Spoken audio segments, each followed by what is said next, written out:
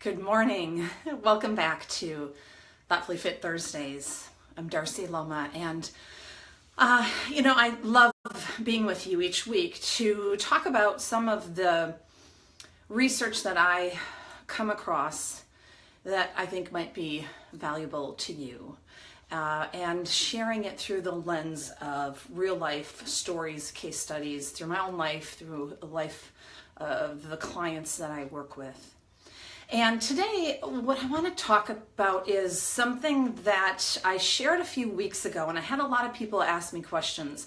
It was the video that I did talking about boundaries and talking about Brené Brown and her research. If you don't know who Brené is, look it up. It's phenomenal. She does research on shame and vulnerability. And what Brené said is that one of the most surprising things that came out of her data and her research is that the most boundaried people are the most compassionate. So I had some people follow up with me and ask some questions to try to understand this better. So I thought today I'd take a little deeper dive. In particular, the place where it can get challenging is in figuring out, how do I show up authentically? How do I be vulnerable? And how do I set a healthy boundary to protect myself so that I don't become exposed in a way that doesn't feel good or that isn't safe? And I'll tell you, I've had a lot of practice on this in the past year. I've had some crazy life things happen, and I've had to constantly be figuring out this balance between being authentic, being vulnerable, and yet also setting healthy boundaries. And what's key to remember is that you get to decide. And as Brené says, it's a gift for someone to receive your authentic, vulnerable story. It's a gift, and you need to choose to give that gift carefully where it will be received and appreciated. And I think that's an important piece. Now, when we look at boundaries, the one thing I want to clarify is a couple things I want to clarify. One is that boundaries are not punitive. They're not about punishing someone else. Two, boundaries are all about identifying your own limits, your own views on what's okay and what's not, what's out of bounds and what's in bounds, and then communicating them with other people. Boundaries are not about trying to change or control or tell the other person what they can or can't do, because the more you try to change another person, the more exhausted you'll get. So with healthy boundary setting, it's not about telling someone else what they can or can't do. It's about communicating your boundary and then letting them know what it is. What are the ground rules? What are when you think about the boundary on any sports team, the boundary helps you know what's okay and what's not okay. That's what a boundary is for you in your own personal life. And so it's not about telling the other person what they can or can't do. It's about saying, here's what I need, here's what my boundaries are, and here's what I'm going to do if they're broken.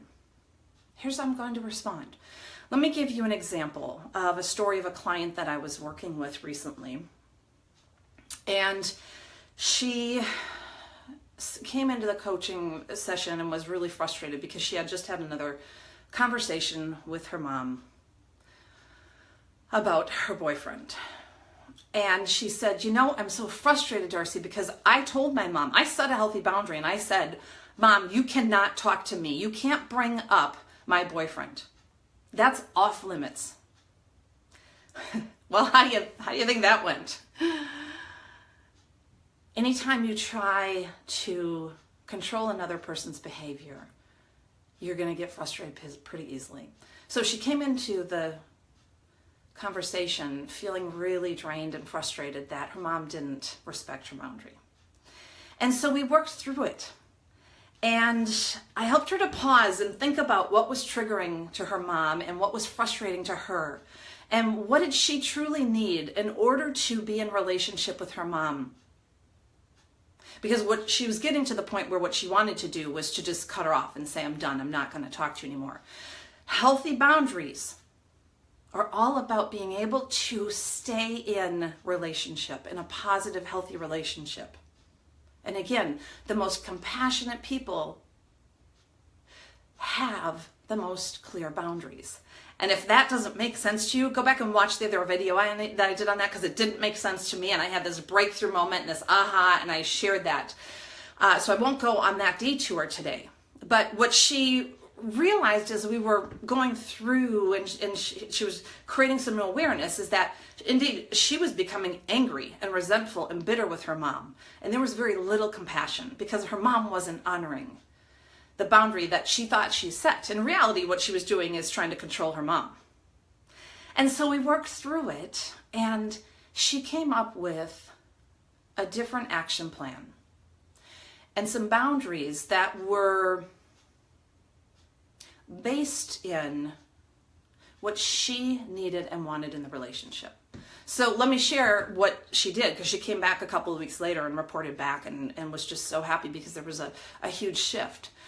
What she did is went back to her mom and said, you know, Mom, I'm not sure why, but every time it seems like that we start talking about my boyfriend, I get really triggered. I feel judged. I feel a disconnection from you. I feel like you aren't honoring my choices. And I get that you've got opinions and you want what's best for me.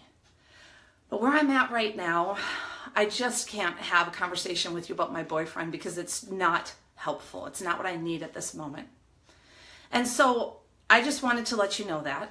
And so if in a conversation in the future you bring up my boyfriend, I'm going to just ask if we can change the subject, if we can move on to something else. I'm going to ask you to honor that that's not something that I want to talk about. And Mom, if you don't change the subject, you can't honor that, then I'm just going to let you know that I need to pause the call and come back another time. That I can't continue to hang up the phone feeling frustrated and angry with you. So just want to let you know where I'm at. And a couple months later, when we checked in on this, because anytime you learn a new skill, you got to practice. And she said, Darcy, it took me a bit to be able to not just get into this place of anger and say, oh, Mom, I told you, and to remember that it's not about punishing her mom.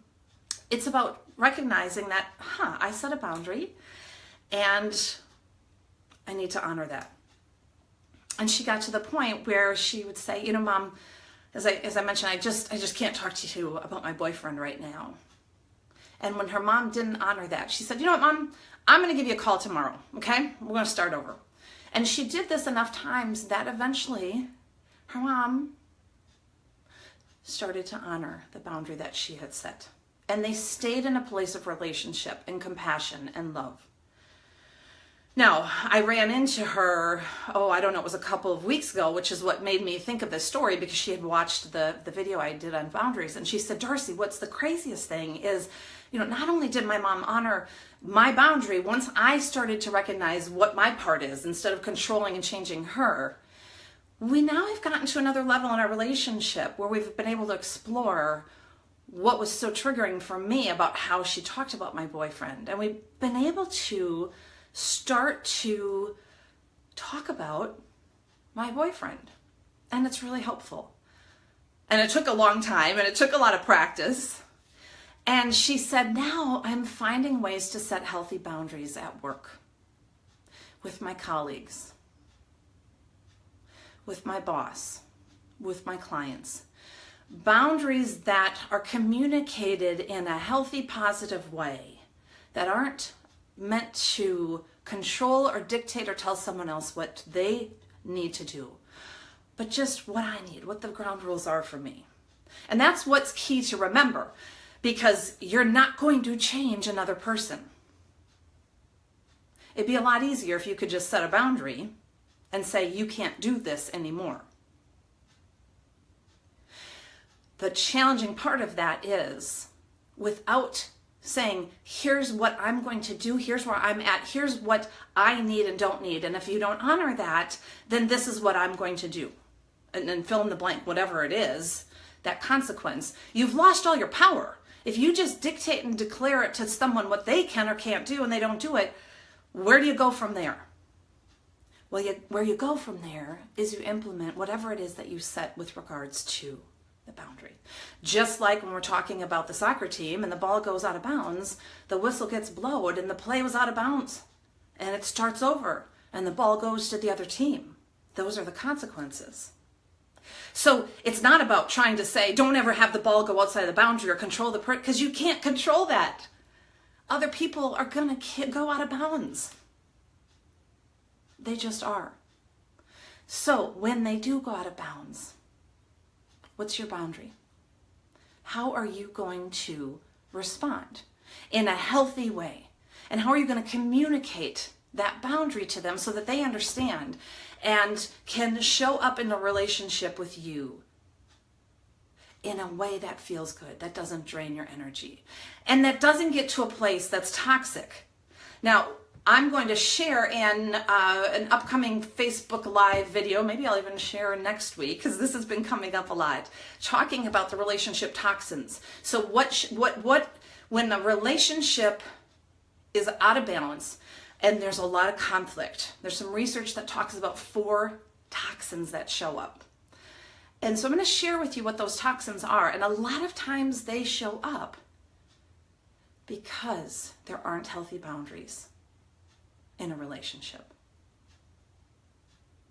And because someone's trying to change another person. And the more they try to change them, the more frustrated the other person gets, the more angry you get. And then the toxins keep just spiraling, and then it becomes a dysfunctional relationship. So I will share more about that next week on our Facebook Live, just talking about relationship toxins, what they are, and then what do you do when they show up. Now, the other thing that I want to share with you today is that I'm going to be doing a free webinar. This topic has been really intriguing to people, and I did a workshop on it at the Dream Bank a couple weeks ago, and it was sold out and there was a waiting list. And so I decided, for those of you who join me every week and don't have the opportunity to attend some of the local events that I do, I'd like to give you a chance to join me. It's going to be on August 23rd at 12:30. I will put the link below in the comments so that you can register. And I'm going to share more about boundaries. I'm going to talk about essentialism and how you can focus on what's most important to you and then set boundaries to be able to say no to the things that aren't most important to you so that you can really create a life you love. And there'll be an opportunity on the webinar for Q&A and for conversation after I share some of what I think is fascinating research about how to set boundaries, how to focus on what matters most to you so that you can create a life that you love. And that's what Thoughtfully Fit's all about. And that's why I'm here. It's helping coach yourself, helping you to coach yourself to create a life that you love, to be able to pause, think differently, create an awareness, ask powerful questions, and then act in a different way. So I challenge you today to, as you're going throughout this week, to look at where are the relationships that are feeling like they are not serving you, where you're feeling stepped on, where you're feeling disrespected, and what are some boundaries that you need to set in order to be able to stay in relationship, in order to be able to stay compassionate, and to be able to just share, here's what I need in this relationship or in this conversation. And let me know how it goes. Because when you can set healthy boundaries, life is so much better. Having said that, I will say that this is a journey. Get all worked up. I have struggled throughout my life with setting boundaries. I have always wanted to please other people. I lovingly say, a recovering codependent, where I was constantly just looking at how can I please someone else.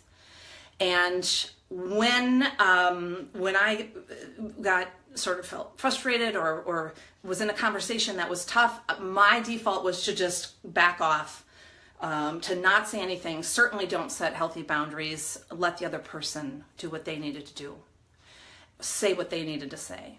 And I didn't have and couldn't find my voice. Now, as we know, though our strengths taken to the extreme can become our greatest challenges. By being codependent, I was compassionate. I wanted other people to feel good. I changed my behavior in order for the other person to be able to get what they needed in the conversation or the relationship, which is all fine and good. But again, taken to the extreme,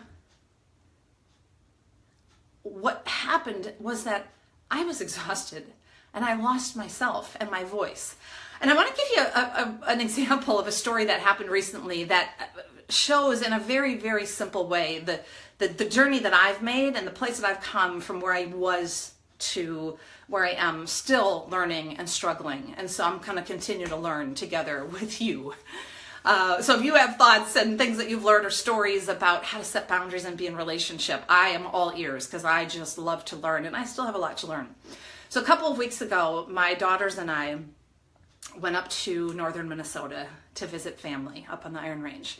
And we, just about every day, we went from relative to relative to relative's house. So we were visiting and making the rounds and going to aunt and uncles and to cousins and to grandmas. And so I got to some relatives' house and we were chit-chatting and catching up and something came up. I don't recall exactly what it was in the moment, but it was something political, something current events, news related that came up in the moment.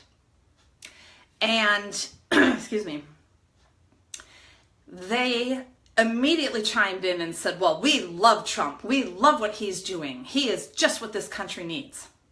Now, had this happened 10 years ago, I would have shut down. I would have smiled. I would have not shared my own opinion. I would have not set a boundary. And I probably would have had to stay in a conversation for hours about something that was frustrating or challenging or a view that I didn't have. And I wouldn't have had my own voice. And so in this case, I showed up differently. So first of all, one of the things that I'm learning, and I went through this year-long process in Chicago on family systems theory and how to emotional processes, and they talk about being playful and how that can be really valuable when there's conflict, appropriate playfulness. And so I playfully said, oh my gosh, so you're the ones. I live in Madison, liberal, progressive Madison. I always wonder, who are those 33% that love Trump? And I joked and they laughed. And I said, I don't really have any interest in spending our entire visit talking about politics and disagreeing. But I would love to hear, what do you love about him? What is it that he's inspiring in you? So I was able to stay connected, stay in relationship, and set a boundary. And frankly, be authentic to my own view. And I started out this video saying that finding that intersection of being vulnerable and authentic and setting boundaries, I found incredibly hard. And I had some of you reach out to me with some specific questions about how to do that. And that was one example, which I'm really happy about because that doesn't come easy for me. And I've been practicing. How do I stay authentic? I don't agree. I don't absolutely love Trump. I'm not in that 33%. And I totally honor you that you are. And I'm curious, tell me more. But I don't want to talk about this the entire 2 hours. So setting a boundary, being authentic, being vulnerable. And the great news was we talked for about, 15, 20 minutes about that. And then I said, you know what? I'm wondering, how's the business going? And I sort of just changed conversation and the girls were coming in and out. And it was a lovely visit. 10 years ago, that would have been a miserable visit. I would have left feeling, just frustrated, like I needed to call somebody to vent because I had suppressed all these feelings because I didn't set a boundary. I didn't find my voice. And it allowed me to stay in relationship with them. And I was fascinated by what they said. It was really interesting to hear why they love Trump. And I was able to share some of the views and the questions that I had. So I thank you for joining me today to learn with me about vulnerability and authenticity and setting boundaries. And I challenge you this week to look at those relationships where they feel out of whack and figure out, is there a way that you can set a healthy boundary for yourself and your own behavior so that you can stay in a compassionate, loving relationship. And I hope that you'll join me on August 23rd for my free webinar. I'm going to put the link below so that you can register, and join me next week for Facebook Live, where we'll be talking about some of those relationship toxins. Thanks so much. Have a wonderful weekend.